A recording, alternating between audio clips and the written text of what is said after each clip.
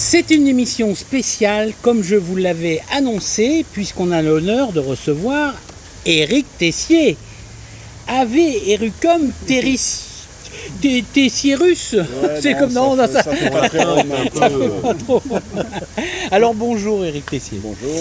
Merci d'être là parce que je suis vraiment ravi de te recevoir d'ailleurs. Ouais. et de t'avoir dans l'émission.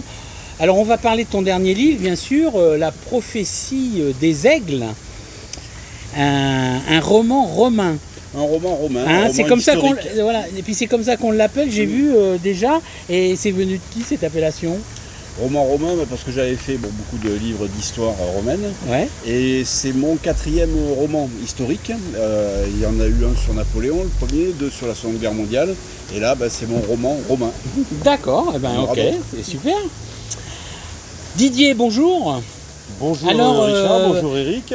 Pas de chronique aujourd'hui. Et oui, compte tenu de l'importance du sujet. Voilà, nous allons tous participer donc à une discussion avec Éric. Tu nous résumeras donc son parcours parce qu'il y a beaucoup de choses à dire, bien sûr.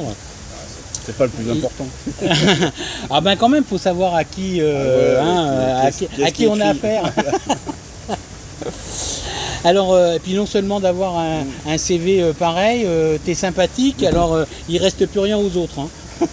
Si, il va en rester quand même. Bon, d'accord, ok. Alors ce nouveau roman va nous servir de fil rouge, comme la couverture d'ailleurs. Bien visible. Voilà. Pour parler de beaucoup de choses, on aura aussi des questions des internautes. Du public qui est tout seul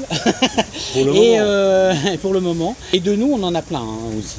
Alors il y aura des dédicaces à la fin de l'émission. On vous informera quand même des grands événements d'août, parce qu'on continue en août, pour ceux qui partent pas en vacances en août. On parlera donc des Romains, mais aussi des Nîmois, de Nîmes, des monuments, des gladiateurs, mais ce sera après ça.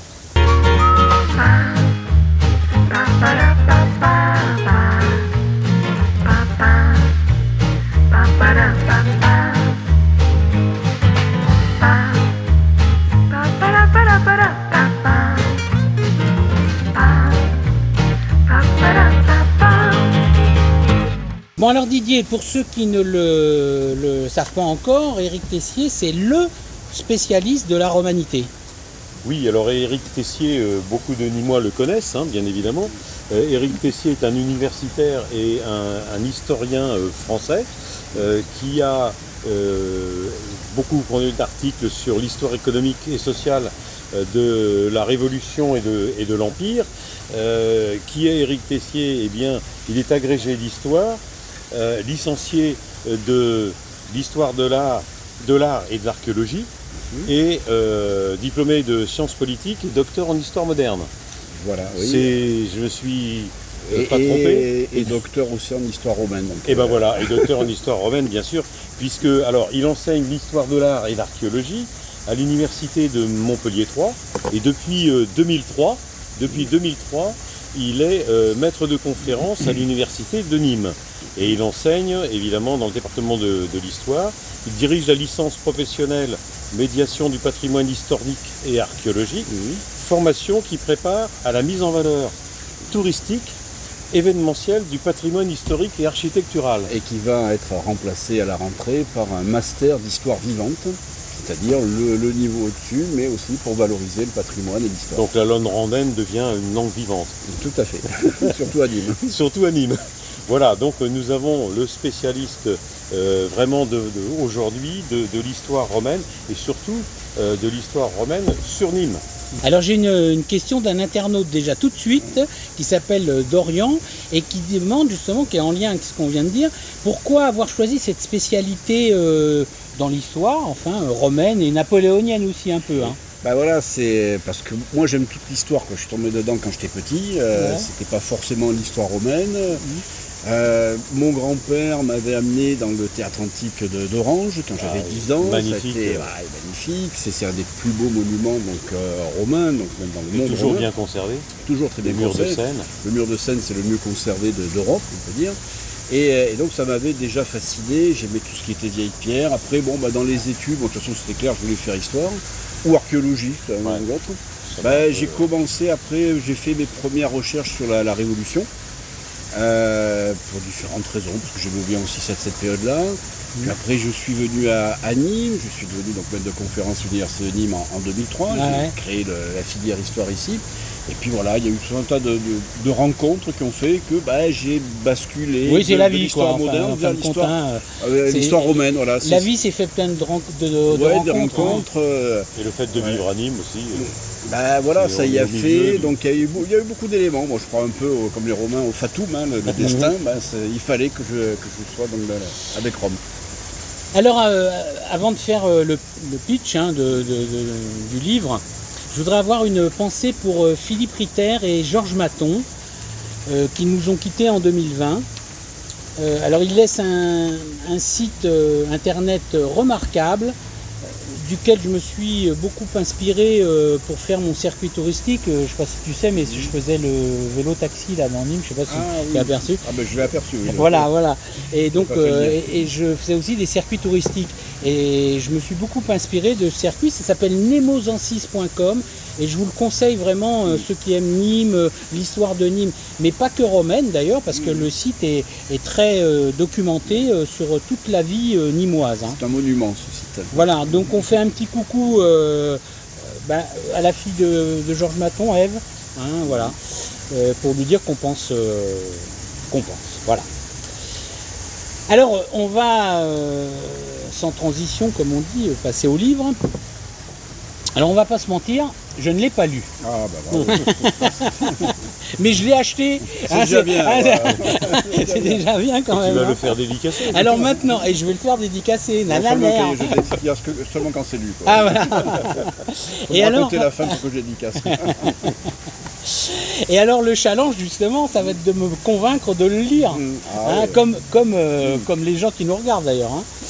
Alors, c'est toi qui vas nous faire le pitch. L'action se déroule en 96 après Jésus-Christ. Après Jésus-Christ. Alors un des personnages principaux du livre finalement, c'est un peu comme pour les grands romains, c'est l'amphithéâtre de Nîmes. 96 après Jésus-Christ, c'est le moment donc où on construit l'amphithéâtre de Nîmes. Je situe la construction au premier niveau à ce moment-là.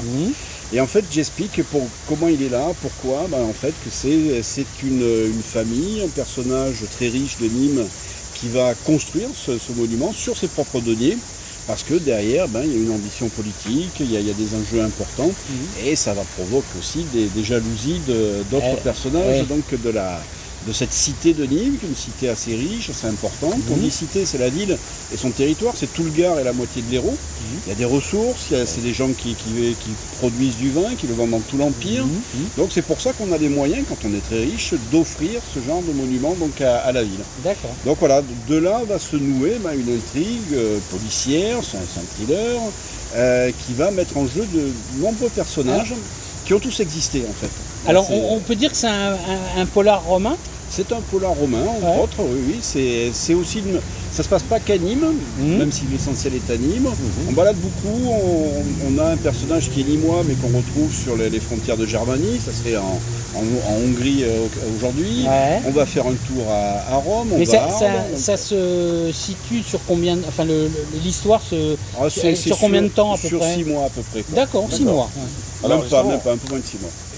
Étant un polar, quelle est la part du vrai et de l'imaginaire? C'est-à-dire de la création de ton cerveau. Alors l'idée, c'est que je suis d'abord historien, même si c'est mon 4e roman, donc je commence un peu à connaître un peu les ficelles du roman. Donc il y a beaucoup de rebondissements, ça bouge beaucoup, il y a beaucoup d'aventures. Mais tout ce que je dis, une grande partie est vrai. En tout cas, tous les personnages ont existé. Oui. Et ils ne sont pas fictifs, comme on dit. Ils ne sont pas fictifs, non, c'est des gens que j'ai retrouvés sur des inscriptions funéraires, des gens qui sont parfois connus. Ils ne savent pas encore qu'ils vont avoir un destin important, mais ils sont déjà là. C'est pour ça que j'ai choisi cette date-là. Donc je me base beaucoup sur les sources, et tout ce qui n'est pas vrai est plausible. C'est-à-dire que tout ce qui est le fruit de mon imagination aurait pu se passer. Parce que je veille beaucoup à ça, aussi bien dans la chronologie que dans les réactions des gens. Je ne projette pas sur cette époque-là notre époque à nous. C'est-à-dire j'essaie de montrer cette époque telle qu'elle était vraiment. Est-ce que tu as prévu une suite? Oui. D'accord. Donc c'est un peu Donc on peut ouais, imaginer Donc- que c'est une intrigue qui finalement se déroule, qui est réelle, mais pour lequel tu as apporté des éléments plus de suspense. Oui, voilà, pour qu'il y ait du suspense, pour D'accord. et puis pour qu'on voit aussi finalement comment on fait une enquête policière à cette époque-là, même si c'est pas vraiment un policier qui mène l'enquête, mais bon, c'est justement, on tâtonne un peu, parce qu'il n'y a pas la police scientifique, il n'y a même pas Ouais, tout ouais, le Non, temps, quoi, à non, non, l'époque. bien sûr. Alors donc, on va déjà commencer par s'occuper de celui-là avant d'avoir la suite, hein, Oui, bien de sûr. toute façon, c'est un roman en soi, hein, c'est-à-dire Oui, oui. la suite Oui, oui. projettera les personnages 10 ans plus tard, donc Oui, là, voilà. on est dans vraiment dans C'est quelque presque chose- une, comment on appelle ça, une saga, enfin. Bah, non l'idée, si ça marche, oui, ça serait de faire une Ouais, saga. quoi. Bon, Donc, alors vous avez compris ce qu'il reste à faire. Alors j'ai appris en plus que tu as été maltraité par ta femme parce que elle t'a mis la pression pour écrire le livre. ouais, c'est toujours comme ça, ouais, je commence par écrire d'un poste, je dis, ah ouais, je veux la suite. Bon, ben voilà. Comme Surtout je- dans un roman policier. D'accord. Voilà, comme je suis obligé de. Alors je ben, voudrais voilà. te poser aussi une autre question, compte tenu de ton passé de scénariste et de réalisateur. Est-ce que tu envisagerais par exemple de mettre ce livre, de le porter au cinéma? Ah ben, l'appel est lancé. Hein, je veux Oui. dire, c'est- Voilà. Alors Ouais. déjà il faut un Ah, c'est déjà un producteur. voilà. Un producteur. Voilà. C'est un beau scénario déjà. L'idée, oui, c'est que. Alors il y a bon, le réalisateur dans la ville, c'est Arcadie qui Oui. vient, mais c'est pas trop c'est pas trop son sa style. came. Ouais. Mais l'idée, bon, on dit souvent que j'ai un style qui est très visuel, quoi. C'est-à-dire Ouais. que moi, j'écris, je vois les choses. Quoi. Je Donc c'est vois- déjà un script. Oui, en gros, oui, ça peut comme ça. Alors un film, peut-être ça serait un peu trop gros, mais en tout cas, oui, une série. Ouais. Bonjour Netflix. C'est- ouais. Oui, il y Et, a beaucoup de mine clins de d'œil, rien. donc Ouais, ouais, ouais, hein. si vous nous entendez, C'est ça. Non, voilà, ça Alors, s'adapterait à et ça. j'espère, Après, bon, et c'est j'espère d'abord un entre livre. nous, j'espère qu'il nous entend, qu'il nous regarde. Oui, c'est bon signe. Alors bon, j'ai pas lu le livre, mais j'ai quand même un peu parcouru. Hein, je suis pas resté inactif. Alors ce qui est génial, moi que j'ai aimé tout de suite quand j'ai ouvert le livre, on va dire, c'est que au départ, il y a hop des petits plans, Des cartes. des cartes, ouais. oui, des cartes, oui, enfin voilà, et surtout que ça reprend les noms des villes, hein, parce que comme ça on n'est Voilà. pas perdu, quoi. Hein. Le choix a été fait de donner le nom des villes de l'époque. Bon, Némosus, ça, on comprend vite, Oui, oui, Relaté, oui. et puis des Bien endroits sûr. moins connus. Alors c'était un peu lourd de mettre à chaque fois une note en bas de page. Donc là, il y a une carte qui permet de situer ça. Alors, ce qui est puis assez on a les marrant, c'est que correspondances. Béziers, par exemple, s'appelait Béterra, rien à Vétéran. voir. Voilà, oui, oui. Hein, il y a des noms Alors qu'on- des fois, ouais, il y a des Ouais. consonances quand même, qui viennent de là. Bon, Narbonne, on peut le trouver, Narbonne, Marsus, voilà. Aix-en-Provence, à Coé-Sextier. Donc, Ouais, ouais. Voilà. Arles. Donc moi j'ai trouvé que déjà c'était une bonne idée. Puis la petite carte aussi, ça explique. Donc c'est bien parce qu'on voilà, on est tout de suite. Parce qu'on voyage beaucoup, on sort quand même de Nîmes, même si Nîmes est un des sujets principaux. On se balade autour de Nîmes Oui, et puis puis on dans a la la voix province. de Nîmes. D'ailleurs, je Ouais, trouve ouais. que même à la limite, si c'est une petite critique que je peux faire humblement, c'est que peut-être ça aurait été bien, enfin ça aurait peut-être, sans faire une bande dessinée bien sûr, mais ça aurait peut-être été bien d'en avoir d'autres. Mais Oh, bah, pour c'est le les prochain. deux. Oh, oui, oui, mais là, avec les deux, celle de la cité de Nîmes et celle de la Narbonnaise, Ouais. on a quand même. Non, je parle pas 90% forcément de cartes, hein, mais d'illustration. de petites illustrations Ah, par-ci oui, oui, par-là. ah, bah, ça, voilà. faut demander à l'éditeur. Voilà. Ah, d'accord. Non, je sais pas comment ça marche. Alors, on peut donc au travers de ça, on peut se dire justement quelle était l'importance de Nîmes à cette époque, en fin de compte. Je rappelle, on est en 96, donc c'est début de l'ère chrétienne, on va dire. Hein. Alors justement, voilà, il est On va en souvent- parler après. hein, Il est souvent question de religion là-dedans, mais justement les chrétiens ne sont pas encore là. Quoi. Donc on parle des religions traditionnelles, romaines et gauloises, parce que c'est ça, Nîmes, c'est une ville gallo-romaine avant tout.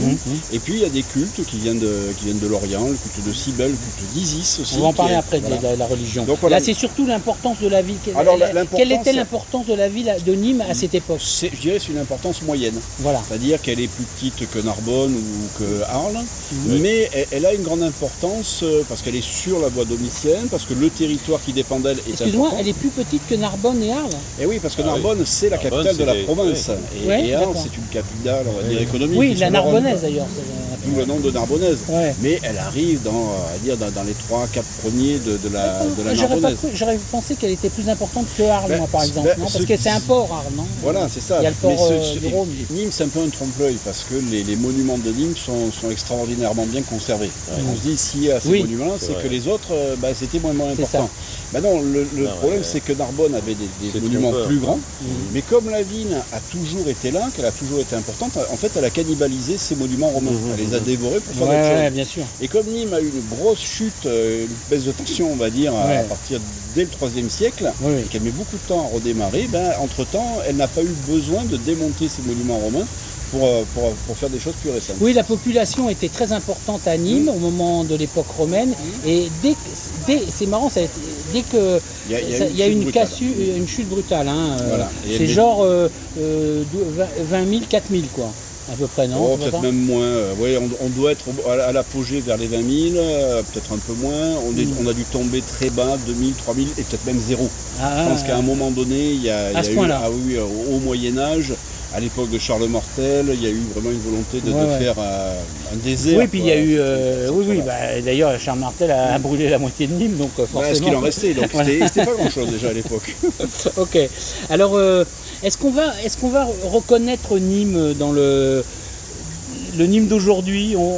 Dans le roman, on va le parce reconnaître que ou ça pas? se passe beaucoup dans l'amphithéâtre et autour de l'amphithéâtre. Ça se passe beaucoup aussi autour de la maison carrée et je reconstitue tout ce qu'il y avait autour, c'est-à-dire le forum Ouais. et surtout toute la vie qu'il y avait. C'est ça le but de ce roman, c'est de mettre de la vie autour de ces monuments dont on a hérité.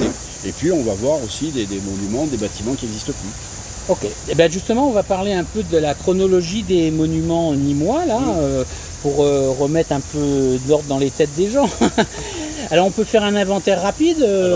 Oui, à ce propos, je voudrais signaler qu'en parlant des monuments, je voudrais vous en parler aussi, vous indiquer le livre d'Éric Tessier, un livre précédent, qui s'appelle Nîmes la Romaine, et qui retrace justement tous les monuments de Nîmes. Je dois dire que c'est un livre de chevet un peu pour les Nîmois, puisqu'il vous permet, il est très magnifiquement illustré, et celui-là. bien, C'est deux choses différentes. absolument Oui, non, bien, mais tout à fait. Mais l'un est complémentaire de l'autre.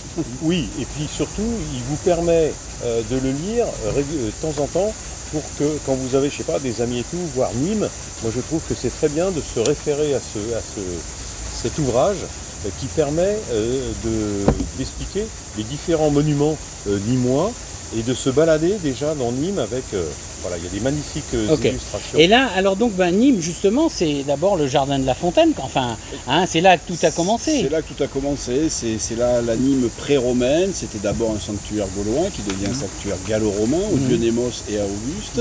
Et donc il est là déjà avant le forum, donc on est 25 avant Jésus-Christ à peu près. Puis après, vers le début de l'ère chrétienne, on a la construction de la maison carrée et du forum qui va avec.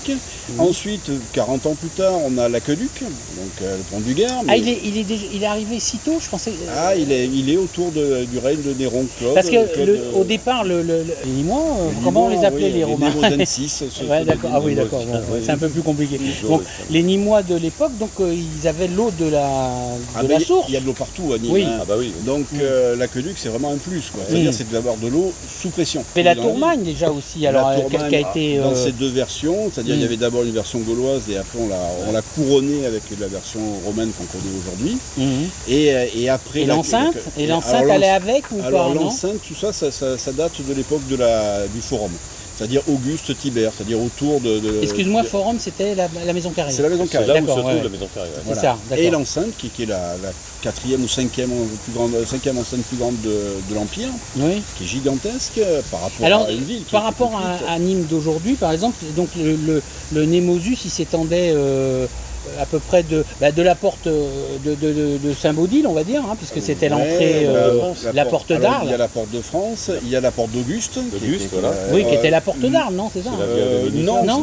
la porte d'Auguste, c'est la porte de Beaucaire, c'est Ah, Garonne. c'est d'accord, Beaucaire, ouais, ok. ouais. Parce que le port de Nîmes, c'est Celle Beaucaire, qui a c'est pas Saint-Baudile. Arles. D'accord. Voilà. Et après, elle monte les collines jusqu'à la Tourmagne. Ouais. Elle redescend vers Montory. Et elle va... Voilà, ça va à Pompidou, quoi, à peu près. Ouais, voilà. Voilà, Puis elle d'accord. redescend vers, D'accord, vers ok. la route de Montpellier, Justement, quoi. tu parlais des collines. Alors, on dit que c'est la ville aux 7 collines. Alors, il y a débat. Hein. Non, Est-ce non, que c'est ça, vraiment ça- la ville aux 7 collines? Non, Ça, c'est un argument de vente. ça fait partie de la légende. Ça fait la légende. Puis c'est pas parce qu'il y aurait eu cette colline que les Oui. Romains auraient fait ça. Non, Ouais. non, en fait, on voit. Non, que mais en les- plus, il n'y a peut-être même pas cette colline non, en plus. non, franchement, géographiquement, non, il n'y a pas cette colline. Rien à voir. Ok. Donc voilà, on a fait le tour, on a parlé du Castellum, on a parlé il y avait le nymphée avec bien sûr l'hôtel du sacrifice hein, là-bas. Le Sur, temple de Diane aussi. Alors peut-être pas, parce Alors- qu'il est peut-être un peu postérieur, il serait plutôt du 2e siècle. Justement, ce j'allais- qu'on appelle le Ah. temple de Diane. Quoi. J'allais justement en parler du temple de Diane parce que moi je pensais que c'était le bâtiment le plus ancien, moi, non? Alors Non, non, du non. coup, non. C'est un temple, hein. Alors c'est même pas un temple, parce On qu'on sait l'a appelé temple de Diane parce Ouais. qu'on a retrouvé des inscriptions à toutes les divinités connues et imaginables. C'était Ouais. vraiment. Je pense que Nîmes surtout c'était ça, c'était une sorte de Lourdes quoi. C'est-à-dire qu'on venait de loin en pèlerinage pour demander des choses aux dieux et à tous les dieux. Les Romains ne sont pas du tout sectaires là-dessus, quoi. C'est aussi ça que je voulais montrer dans ce livre. C'est polythéiste, donc c'est ça, ouais. tous les dieux sont bienvenus, même les dieux étrangers. Et donc c'est ce va-et-vient de pèlerins qui était certainement un des éléments importants de la D'accord. richesse de la ville. La porte Auguste, pour finir, la porte Auguste c'était la porte principale ou pas? C'est une des deux portes principales parce que la voie domitienne traverse Nîmes de Oui. part en part. Et donc on avait l'équivalent de la porte d'Auguste du côté de la route de Montpellier. D'accord, ok. Et bien sûr les arènes, on en a. Et les arènes les qui arènes arrivent, qui sont en plein dans ton, voilà, dans qui ton- sont au cœur de, au cœur du de ton roman, ouais. et qui arrivent vraiment tout à la fin du 1er siècle. D'accord.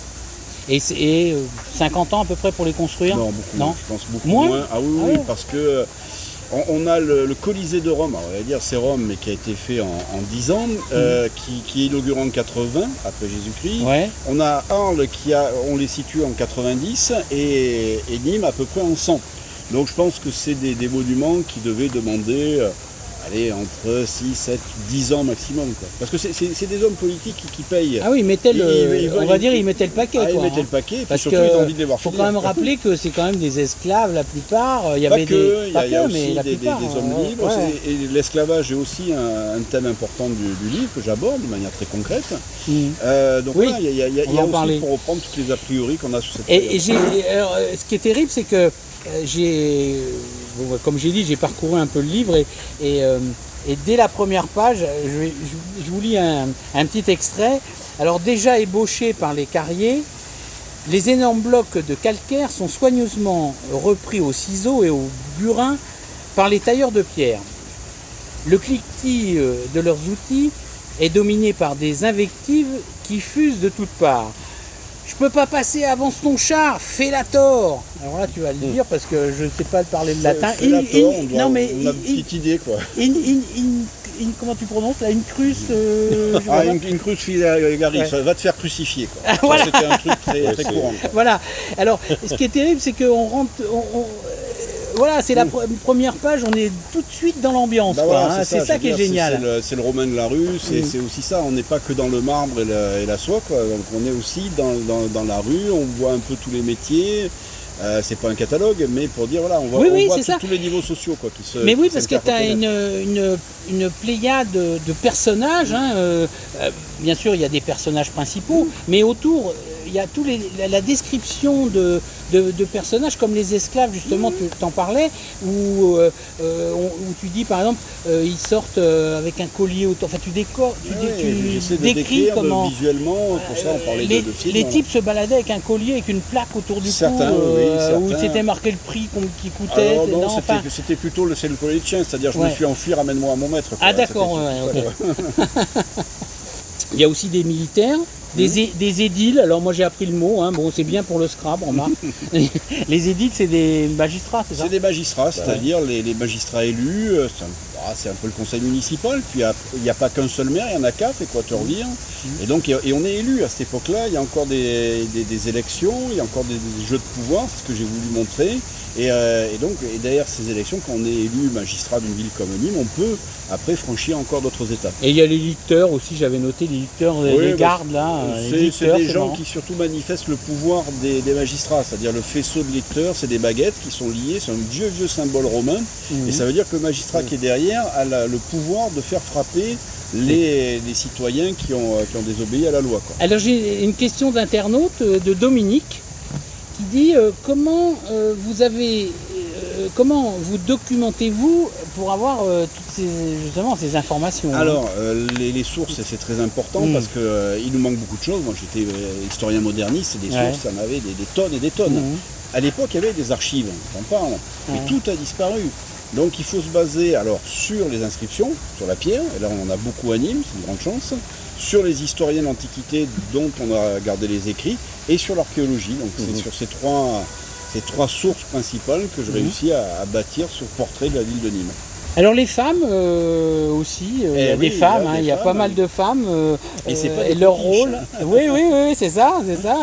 Alors c'était quel était leur rôle à cette époque, sans parler spécialement des femmes du livre là, mais en général comme ça. Alors les femmes globalement, dans le droit romain, elles restent d'éternelles mineures, quoi. Elles passent de l'autorité du père à celle du mari. Ah voilà, elles se mariaient à quel âge à peu près? Très jeune, jeune, c'est-à-dire qu'elles pourraient être 14, 15 ans. Ah oui, là il n'y avait pas les problèmes de maintenant, on s'en fout. Le mari était à peu près aussi jeune. Ah bon, d'accord. Donc, voilà. Après il peut y avoir des maris très vieux aussi, avec de très jeunes femmes, mais bon. On meurt souvent en couche, donc on se marie assez tôt. Après, il y a des femmes qui sont des femmes d'influence. Il y a un poste qui est dédié aux femmes, c'est Flaminique, c'est-à-dire grande prêtresse du culte des impératrices. Alors, on tourne pas mal aussi autour du culte impérial, et on a un culte aussi aux impératrices qui sont mortes et qui ont été divinisées. Et donc ce sont des femmes, et notamment une femme, la Flaminique, qui va, comme les hommes, offrir des cadeaux à ses concitoyens. C'est purement honorifique, mais ça montre les femmes peuvent avoir une place dans la cité. Oui, c'était un peu comme on dit maintenant, il faudrait un statut pour la femme du président. C'était un peu, déjà un peu le cas à l'époque, en fin de compte. Ouais, c'était pas forcément la femme du Flamine, ça pouvait l'être, c'était pas forcément le cas. Je pense que c'est souvent en fait des femmes qui peuvent être des veuves qui ne se remarient pas pour garder leur totale indépendance. Généralement, ils n'ont plus leur père, donc elle peut être indépendante, elle peut être très riche.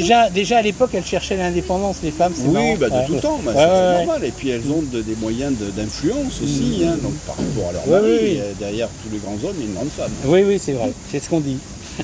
Aussi les lieux, il y a une précision sur les lieux. Par exemple, à un moment, tu parles des lieux. Bon, j'avais prévu d'un extrême, il est un peu long, on va le passer, c'est pas grave.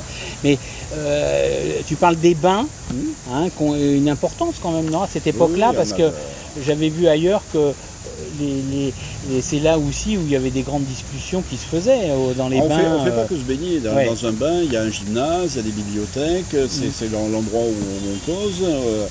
Et donc c'est des lieux de sociabilité avec des niveaux aussi de qualité différents. Ça peut être aussi des lieux de prostitution, ça peut servir à ça. On sait à Nîmes qu'il y en avait au moins 10, c'est-à-dire qu'on en a repéré une dizaine à Nîmes, il y en avait sûrement plus. D'accord. Donc, et ça c'est grâce aussi à l'apport de l'eau sous pression de l'aqueduc, qui fait que de l'eau, on en a en quantité, je veux dire, on en consomme plus que maintenant même, par tête d'habitants. Donc il y a cet aspect-là, c'est un lieu aussi, c'est un symbole de la richesse de la ville d'avoir ces bains, et puis c'est aussi un élément d'hygiène qui est important, quoi. Oui, et bien c'est sûr. lié aussi aux latrines, il y a une scène aussi dans les latrines, on voit que c'est un peu différent. C'est ce que j'allais dire, dans les latrines, même il arrivait que même c'était le lieu où on parlait commerce, on n'imagine pas aujourd'hui. On a les trous qui sont les uns à côté des autres, il n'y a pas de cloison, parce que c'est ça. Et puis passe-moi l'éponge, quoi. Excellent, excellent. C'est comme ça qu'on... Pitié pour la forêt, il n'y avait pas de papier hygiénique à l'époque. Oui. Non, mais c'est marrant parce qu'on n'imagine pas que maintenant on pourrait faire ça, quoi. Ça fait partie du côté exotique des Romains. Ils sont très proches de nous, pour certains trucs, ils sont très très éloignés. Alors même à un moment, tu décris un convoi funéraire.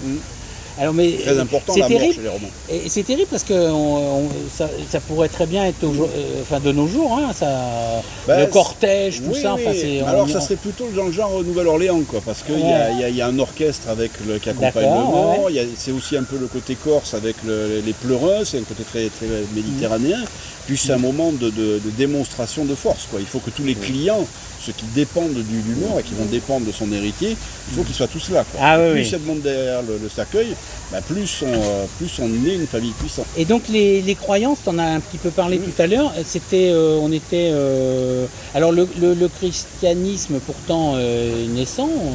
Oui, mais il concerne surtout l'Orient à cette époque-là. Il y a probablement déjà des chrétiens ou des judéo-chrétiens, parce que ça s'est pas fait en un jour, quoi.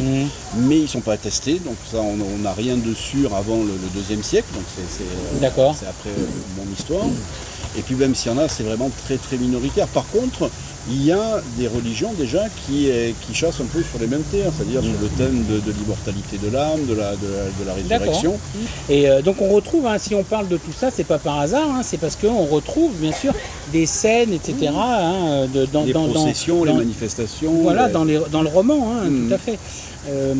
Alors j'ai une question d'un internaute, Dominique, qui demande auriez-vous aimé vivre en 96 après Jésus-Christ? On va avoir de bonnes dents, hein, parce que moi qui ai eu une roche de dents il n'y a pas très longtemps, Ah oui. là j'étais content de ne pas être romain, quoi. Ouais. Alors moi je serais fasciné de pouvoir visiter, quoi, de pouvoir voir. Voyageur du temps, quoi. Voilà, déjà voir si je me suis pas trop trompé, quoi. Ouais. Mais après y vivre, c'est une période qui est très violente. On est trop loin. On est trop loin, on aurait beaucoup de mal à s'y faire. Ça n'a pas du tout les mêmes critères que nous. La mort n'a pas le même sens que pour nous, la douleur, la souffrance. Ouais, déjà quand on voit les différences, même ne serait-ce qu'il y a même 50 ans déjà. Voilà, donc là on est vraiment très très loin. Le rapport à la douleur, tu parles du rapport à la douleur. Moi je vois même des autres. Mon père, il était plombier, tu vois, quand il se coupait, il n'y avait pas de RTT, il n'y avait pas de machin, il mettait le mouchoir autour du truc et il continuait à travailler. Il n'y avait pas le même rapport du tout. Ils sont issus d'une sacrée sélection naturelle, quoi. Je veux dire, parce que la mortalité infantile, c'est quelque chose, c'est que les costauds qui survivaient, quoi. Et alors, en quoi la société actuelle ressemblerait à la société romaine? C'est ça qui est intéressant chez les Romains, c'est ça qui me fascine. C'est tout ce qui est différent, tout ce qui est très proche. Ce qui est proche, il y a le côté politique, c'est-à-dire le côté des élections, la structuration de la cité. La vie publique était organisée. La vie publique est organisée avec des cultes publiques.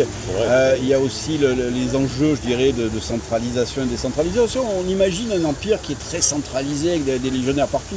C'est archi faux. C'est très décentralisé. C'est-à-dire que Rome, tant qu'il n'y a pas de vagues, qu'il y a des impôts qui sont en plus assez légers, débrouillez-vous. Et même, dis-moi si je me trompe, mais il me semble qu'ils avaient cette faculté plutôt, à forcément le territoire, ils agrandissaient le territoire énormément, et à chaque fois ils étaient quand même assez libres, parce que justement les religions, ils forçaient pas les gens à... Chacun un peu pouvait garder sa religion, etc. Souvent on voit encore des choses comme ça, de dire les Romains ont construit l'amphithéâtre romain pour imposer la romanité. Ils en avaient alors rien à cirer. C'est ça. C'est les Gaulois d'ici qui deviennent romains parce que c'est beaucoup plus avantageux, qui vont faire ça parce qu'ils ont envie d'avoir un monument où on a des beaux combats de gladiateurs dedans. Rome n'y est pour rien là-dedans. Donc voilà, c'est plutôt de l'acculturation, c'est un modèle culturel dominant que des populations très très variées vont adopter, tout en gardant quand même leur fond de culture. Et puis même on peut rajouter que déjà même la société était assez en avance, parce que les enfants étaient adoptés, enfin il y avait toute une... non, je me trompe ou pas? Oui, parce que je vois toujours, par exemple, Auguste, par exemple, il était déjà lui un enfant adopté de César. Oui, c'est ça. Et puis après il a adopté son successeur, Tibère, qui était son beau-fils, le fils de sa femme issu d'un premier mariage. Oui, et puis il y a aussi beaucoup de choses intéressantes comme l'affranchissement. Il y a beaucoup d'esclaves, mais pour les esclaves des îles en tout cas, l'affranchissement est quelque chose d'assez courant. Et quand on a un esclave affranchi, si on est affranchi d'un citoyen romain, on devient citoyen romain. Ça se passe pas. Alors qui dit esclave dit gladiateur aussi un peu, parce on en parlera après. Justement, Didier va nous faire un peu un topo sur l'histoire. Disons que Éric Tessier s'est intéressé à l'époque romaine et il est devenu un des spécialistes des gladiateurs, notamment en vulgarisant de manière historique ces personnages. Il a écrit, il s'est intéressé, se spécialisé dans les gladiateurs romains et dans les techniques de combat antiques. Et notamment inspiré par la richesse du patrimoine antique de Nîmes et de certains péplums comme Gladiator, il est devenu Gladiator a changé ma vie. Est devenu un peu le spécialiste c'est-à-dire dans des gladiateurs. Parce que oui, c'était un péplum. Moi qui m'a frappé, moi à l'époque j'étais un historien moderniste quoi, sur la Révolution notamment. Et moi ça m'a fasciné, je l'ai vu un nombre incalculable de fois. Et c'est à ce moment-là que je suis tombé dans la reconstitution historique, dans l'archéologie expérimentale. Et un grand prof que je vénérais à l'époque où j'étais étudiant à Aix, qui était devenu professeur au Collège de France, sommité, Christian Boudinot, qui a vu ce que je faisais, il dit mais c'est génial, vas-y, fais une deuxième thèse là-dessus. Alors justement, tu as écrit 2 ouvrages sur les gladiateurs et 3 biographies de Spartacus, Pompée et l'empereur Commode. Dans 2 qui sont vraiment très liés, Spartacus et Commode à la gladiature. Oui, au gladiateur. Et puis, je dirais que tu as eu un petit clin d'œil aussi international, puisque tu as été scénariste d'un spectacle historique, on peut l'appeler comme ça, qui s'appelle Spartacus and the Roman Legion, et qui a été présenté à Los Angeles. Oui, je ne me trompe pas. Oui, c'était pas le plus grand spectacle que j'ai fait. Mais on a fait appel à toi pour reconstituer. Oui, voilà, c'est une façon d'aller plutôt vers le public américain pour montrer un peu ce qu'on faisait à cette époque-là, c'est-à-dire de la reconstitution, mais aussi de l'expérimentation du combat de gladiateurs. L'idée étant que, c'est ce que je fais surtout depuis 10 ans dans les grands jeux romains. On présente des gladiateurs qui sont pas des cascadeurs, mais des gens qui ont travaillé leur type de gladiateur, leur type de combat, et qui offrent quelque chose de très similaire à ce qui se passait à l'époque, sauf qu'ils Tu as découvert aussi la technique du combat antique, d'après ce que je comprends. Alors, je ne suis pas le seul. J'ai travaillé notamment avec des Italiens qui travaillaient là-dessus. C'était vraiment une volonté, à partir de ce qu'on connaissait, des sources, des textes, l'archéologie, surtout beaucoup d'iconographie, d'expérimenter sportivement, parce que c'était un sport de combat, la gladiature, ce à quoi ça pouvait ressembler. Et c'est vrai qu'on est très très Alors loin j'ai une question un peu naïve, on va dire. Est-ce que les gladiateurs étaient un peu des stars, un peu genre The Voice c'était un peu ça de l'époque, plutôt Zidane, quoi. C'est-à-dire que c'était plus sportif. Ah oui, c'est des sportifs. Oui, les gladiateurs. Pour l'avoir expérimenté, donc encore une fois, avec des armes qui ne sont pas létales. Non, mais je veux dire qu'au niveau du public, je veux dire, ils s'enflammaient comme ça. Ça n'a rien à voir avec ce qu'on voyait dans Gladiator. Justement, c'est génial, Gladiator, tout est fou. Gladiator, d'accord. C'est-à-dire le pauvre type qui ne sait pas pourquoi il est là, on le pousse dans l'arène et puis il y en a un autre qui lui éclate le crâne au bout de 2 secondes, 3 dixièmes.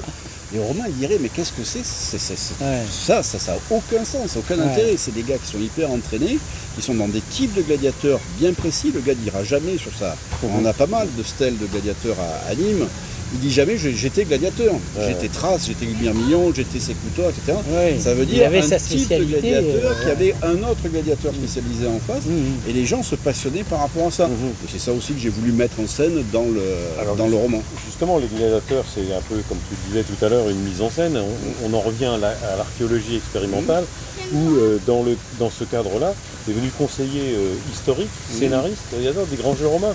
Et metteur en scène, des grands jeux romains. Dans le cadre de Culture Espace. Tout à fait. Alors j'ai une bonne nouvelle, les grands jeux romains reviennent début octobre. Ah oui, ça c'est voilà. prévu. Alors justement, est-ce que tu as pas fait le scénario? Le scénario il est prêt depuis 2 ans. Je veux dire ça, on n'a jamais été autant. Il faut savoir que cette manifestation est la plus importante reconstitution européenne de l'histoire romaine. Et que donc c'est un événement historique, notamment avec la venue de l'empereur Adrien. Voilà, l'idée c'est on en est sûr, en 122, Adrien est venu visiter Nîmes. Il avait des raisons pour ça, puisque sa belle-mère, on va dire, Plotine, qui était aussi sa cousine, était une Nîmoise. Donc Plotine, Adrien, on en parle aussi dans ce roman. Oui, qui est là. Et donc on sait qu'en revenant de Bretagne, c'est bien d'Angleterre, il passe par Nîmes pour rendre hommage en fait à celle qui, en fin de compte, grâce à qui en revenant de Nantes. Ouais, un peu plus loin. La Bretagne à l'époque, c'est plutôt long. Ça a donné l'envie de faire des épisodes de Rome comme Hannibal, Cléopâtre. Alors voilà, et l'idée, donc, Spartacus, on est parti il y a- là-dessus. L'empereur romain vient dans une ville de province, qui est un événement gigantesque. Et on sait aussi qu'il offre des jeux. Alors, dans les jeux, il y a des gladiateurs, ça c'est sûr. Bien sûr. Mais ce qu'on sait aussi, alors on ne le sait pas pour Adrien, mais plus généralement, que les Romains faisaient déjà la reconstitution historique. C'est-à-dire qu'ils mettaient en scène les épisodes de leur propre histoire. Bon, Pompée, par exemple, il a fait la guerre de Troie dans son théâtre. Et donc l'idée, c'était de faire, donc on a fait ça dès 2012, Ouais, une thématique chaque année. c'est ça. C'est-à-dire, voilà, tel thème, On les en est Romains déjà auraient pu le mettre à en une scène. reconstitution, ça fait 5-6 ans. On est à 10 ans, 10 10 ans, ça fait 10 ans, ça a commencé Et en alors, 2010. le cadre merveilleux des arènes. Ben, les arènes, se prêtent. elles sont magnifiques parce que c'est les seules finalement pratiquement où on peut faire ce genre de manifestation pour plonger le public. On a 32 000 spectateurs déjà. La dernière, c'était pas émission. Cléopâtre, non? Non, la dernière, c'était les rois barbares. C'était rois une barbares. œuvre- Ah oui, Et, les rois et ce qui est bien, c'est que aussi la ville participe, enfin la ville, je parle des commerçants de la ville, participent de plus en plus. Tu as Et vu, de ils font plus en des, plus, oui. des scènes et tout. C'est Ça se vraiment. passe c'était un le peu but en du jeu. dehors de l'été, justement, ça donne une animation un peu Ça plus, lance un peu la avant. saison. Oui, ça lance lance la début saison. c'est mai, bien, quoi, c'est faut bien. dire Moi, je trouve avril, hein, des fins mai, que c'est bien que les hiver. gens participent parce que ça plonge les visiteurs, ça les plonge vraiment. On dirait un grand. au comment on début, appelle ça, un grand parc d'attractions presque la ville. Oui et non, dans Oui. le sens que au début, bon, les gens étaient un peu dubitatifs, ils ne savaient pas trop ce que ça allait être. La référence c'était le Puy du Fou. Ah, on va faire le Puy du Fou. Alors non, parce que moi je suis encore une fois un fan du Puy du Fou. J'adore ça. Mais en même temps, l'idée c'était de ne pas faire un sous-Puy du Fou. Bien sûr. Donc il fallait trouver un autre concept. Ça se Le passe dans concept le c'est même- l'historicité, quoi. C'est-à-dire ça se la passe pas reconstitution. dans un même lieu quand même. Bah, Il y disons a un que- cadre historique chez nous, au Puy du C'est Fou, ce- c'est voilà, c'est ce que je la disais nature. c'est ce que je disais au début. L'acteur principal des grands jeux romains, c'est l'amphithéâtre de Nîmes, Et voilà. parce que c'est le mieux conservé. Donc là, on peut. Et il y a les vibrations de ce monument qui sont encore là. Et les gens comprennent tout de suite que ce qu'ils voient, on essaie d'être au plus proche de la sûr. réalité. Donc c'est à la fois ludique et didactique. On s'amuse et on apprend des choses. Ça permet aux gens, c'est ça, d'apprendre aussi l'histoire romaine qui a souvent été un peu enseignée de manière rébarbative et ça permet. Oui, ou carrément les gens- trahi par les carrément péplums. trahi, oui, quoi. c'est vrai, trahi par les péplums, oui. Donc Oui. voilà, c'est Alors, un peu donc, le- je Les fais- courses de chars historiques de Charlton et Stone. c'est pas vraiment la réalité. Et puis alors, les gladiateurs, les pauvres. Je fais une les petite glaives. parenthèse donc, pour dire que les Jeux romains reviennent au mois d'octobre et que la semaine prochaine on reçoit le directeur de Culture Espace. Là, ça sera pour parler des nuits de Nemos. Voilà. Voilà, c'est un peu autre chose. Voilà. Et donc, est-ce que alors on parlait des Jeux romains, tu joues dedans aussi?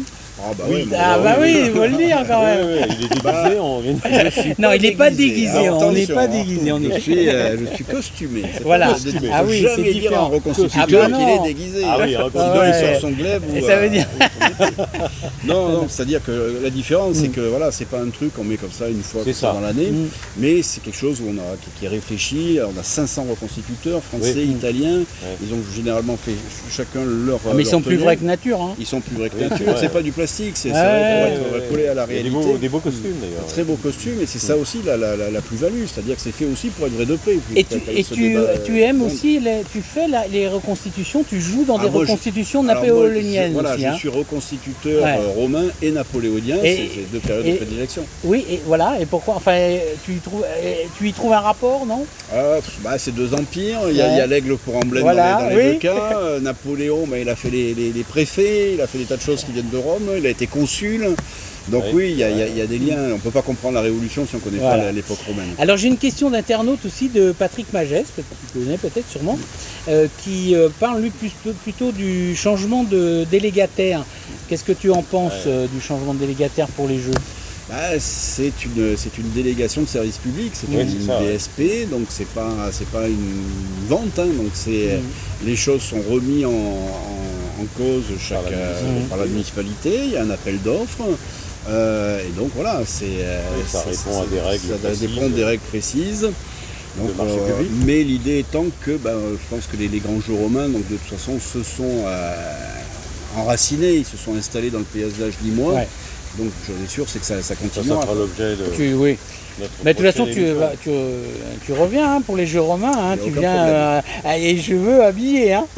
Ah, mais il n'y a aucun problème. Alors là, Ah bah oui, fallait me le demander, quoi. mais je m'habillerais aussi, tu sais, moi je m'habillais, mais moi je me déguisais, hein, par contre. Voilà, Hein, ça, c'est hein, différent. voilà. Ça, Là c'est différent. Je Mais bon, suis- ne mélange On est pas. tolérants. On est Ne tolérants. mélange pas Les Romains torchons sont et les tolérants. serviettes. Dans ma petite voiture, j'étais déguisé en truc, mais ça plaisait beaucoup. Hein, Bien sûr.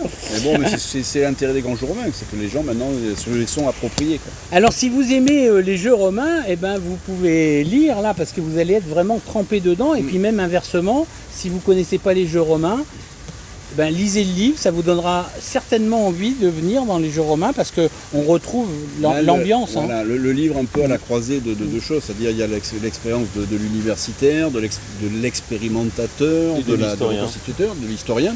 En fait, ton livre est un fabuleux script. Encore une fois. Bonjour Netflix.